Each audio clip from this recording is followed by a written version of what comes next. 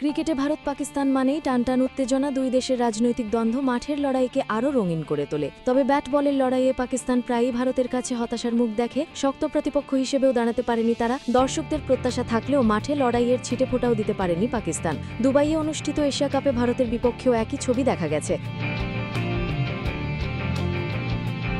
অবশ্য ভারত পাকিস্তান ম্যাচ শেষে যা দেখা গেল সেটা আসলেই অপ্রত্যাশিত। ম্যাচ শেষে পাকিস্তানি ক্রিকেটারদের সঙ্গে করমর্দন করেননি ভারতের ক্রিকেটাররা। এমনকি চলে যাওয়ার সময় তাদের দিকে সূর্য ও দুবে ফিরেও তাকাননি, সোজা হাঁটা দিয়েছেন ড্রেসিং রুমের দিকে।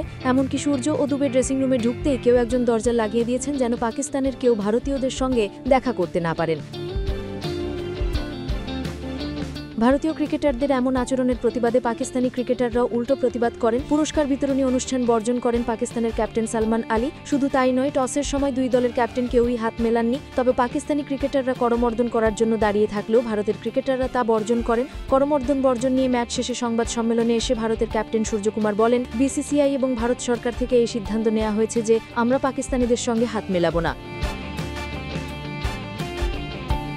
গত 22 এপ্রিল পেহেলগামের ঘটনায় দুই দেশের মধ্যে উত্তেজনা সৃষ্টি হয়, যার প্রভাব পড়ে ক্রিকেট মাঠেও। তবে কেউই চান না ক্রিকেটে রাজনীতি জড়াক। তবুও ভারত পাকিস্তান ম্যাচের ক্ষেত্রে মাঠের ভেতরে বাইরে কি ঘটবে তা বলা কঠিন।